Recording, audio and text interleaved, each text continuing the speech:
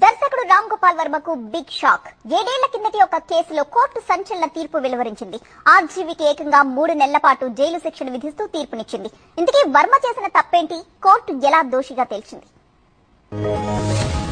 వివాదాల దర్శకుడు Ram Gopal Varma check bounce కేసులో కోర్టుకు హాజరు కాకుండా తప్పించుకు తిరుగుతున్నాడు. ఈ క్రమంలో ముంబైలోని స్థానిక కోర్టు ఆర్జీవీకి షాక్ ఇచ్చింది. నాన్ బెయిలబుల్ వారెంట్ జారీ చేయడంతో పాటు 3 నెలల జైలు శిక్ష విధిస్తూ ఆదేశాలిచ్చింది. 2018లో శ్రీ అనే సినీ నిర్మాణ సంస్థకు వర్మ చెక్ ఇచ్చాడు. అది బౌన్స్ కావడంతో ఆ సంస్థ ప్రతినిధి మహేష్ చంద్ర కేసు పెట్టారు. దీనిపై ముంబైలోని అంధేరి మేజిస్ట్రేట్ కోర్టు వర్మకు 2022లో 5,000 పూచీకత్తుతో బెయిల్ ఇచ్చింది. ఆ తర్వాత కోర్టు విచారణకు హాజరు కాలేదు వర్మ. కోర్టు సమన్లు పంపినా పట్టించుకోలేదు. దీంతో కోర్టు చెక్ బౌన్స్ కేసులో 3 నెలల జైలు శిక్ష విధిస్తూ తీర్పునిచ్చింది. అలాగే పిటిషనర్ కు రామ్ గోపాల్ వర్మ 3.72 లక్షల పరిహారం చెల్లించాలని ఆదేశించింది. చెక్ బౌన్స్ వ్యవహారంలో నెగోషియబుల్ ఇన్స్ట్రుమెంట్ చట్టంలోని సెక్షన్ 138 కింద రామ్ గోపాల్ వర్మను దోషిగా నిర్ధారించింది అంధేరి మేజిస్ట్రేట్ కోర్టు. నేనిప్పుడు మారిపోయానంటూ కొద్ది రోజుల క్రితం ట్వీట్ చేశారు వర్మ. ఇకపై దర్శకుడిగా గౌరవాన్ని తెచ్చే సినిమాలు చేస్తా అన్నాడు. అలాగే తాను తీయబోయే సినిమా ఏంటో కూడా రివీల్ చేశారు. ఒక మనిషి మాత్రమే భయంకరమైన జంతువు కాగలడు అనే ప్రకటనతో సిండికేట్ సినిమా ప్రారంభమవుతుంది. సిండికేట్ అనే సినిమాతో గత కొన్ని సంవత్సరాలుగా చేసిన సినిమా పాపాలన్నింటినీ కడిగేసుకుంటా అని ప్రతిజ్ఞ చేశాడు. కానీ ఈలోపే చెక్ బౌన్స్ కేసులో వర్మకు జైలు శిక్ష విధించింది ముంబైలోని లోకల్ కోర్టు.